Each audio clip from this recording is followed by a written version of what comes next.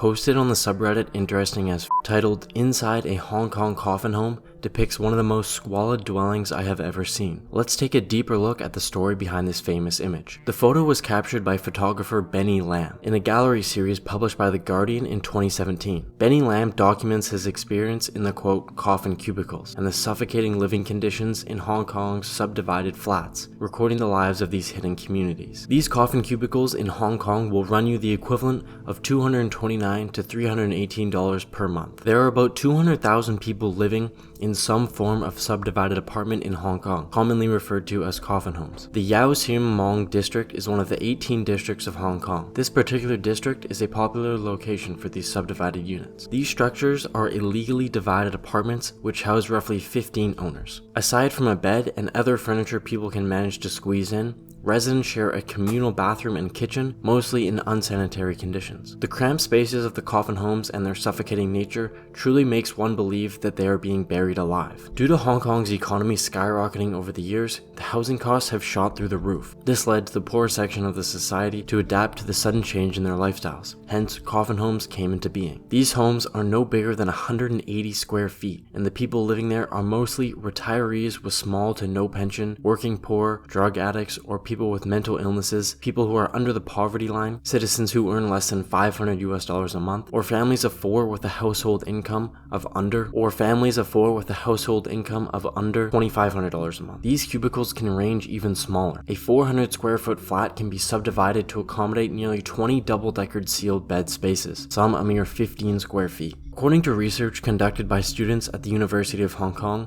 some of the buildings house up to 6 times the number of people they were originally designed for. This increases the chance of disease outbreak and potential fire incidents. Hong Kong's coffin home problem is often labeled as a humanitarian and health crisis, and the most expensive city in the world has housed its poor citizens in the most inhumane way possible. The Asian financial hub has one of the world's highest inequality rates, with more than 1 million of its population of nearly 7.4 million living below the poverty line. One 64-year-old, Simon Wong, living in one of these homes, tells of his experience. During the onset of the pandemic in March 2020, he reports, "I don't go out anymore, there are no more gatherings. As soon as I finished my tea and grocery shopping, I come home and just watch TV. I can't do anything." Wong has lived in such accommodation for the past 2 decades, occasionally working as a waiter or security guard. The rent alone takes up 2/3 of the roughly $385 he receives in social benefits. The rest pays for 2 meals a day, often rice and pork. The coffin homes reach beyond just indoor subdivided apartments, however. Here, a 5-year-old boy plays outside his tiny home on the terrace of an apartment block as he lives with his parents in an illegal rooftop hut in Hong Kong. Here, a resident walks outside his illegal rooftop hut located next to a public housing estate.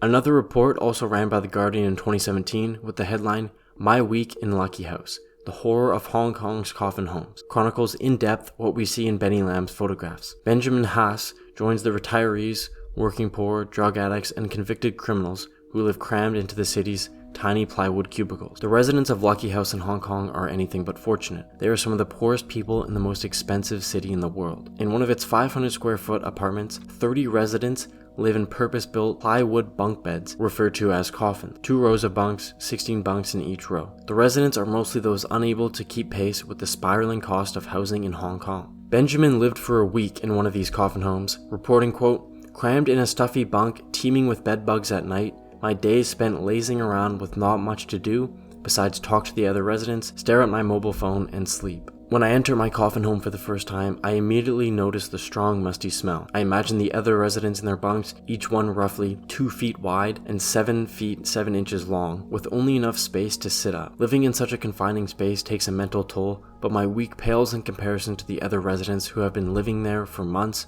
sometimes years, and I would add decades. At night, I can hear everything happening around me. Every punch, kick, and scream from my neighbor's kung fu movie, the smacking of lips eating barbecue meat with rice, a brief argument over who will use the soul shower next, and of course a symphony of snoring. In my coffin, there is almost no sense of time. It could be any hour of the day, and no natural light would reach me. For that, I would have to leave my bunk and walk to the sole window at the other end of the apartment. When I finally leave my coffin at around 7:30 a.m., one of my neighbors is already preparing his first dose of meth for the day. Hong Kong's coffin homes have a reputation for danger and filth, sheltering convicted criminals and drug abusers, and in my short time, I saw roughly a quarter of the people regularly using drugs. The residents of Lucky House were also some of the friendliest people I've met in Hong Kong, and almost instantly welcomed me, with one person in particular keen to show me the ropes of coffin living. Coffin homes started in the late 1950s and were mainly occupied by new immigrants from China as part of the employer-provided housing. Originally, they were metal bunk beds that were wrapped in a chicken wire type of fencing, and a few of the old-style cage homes still exist. Lucky House is just a 15-minute walk from one of Hong Kong's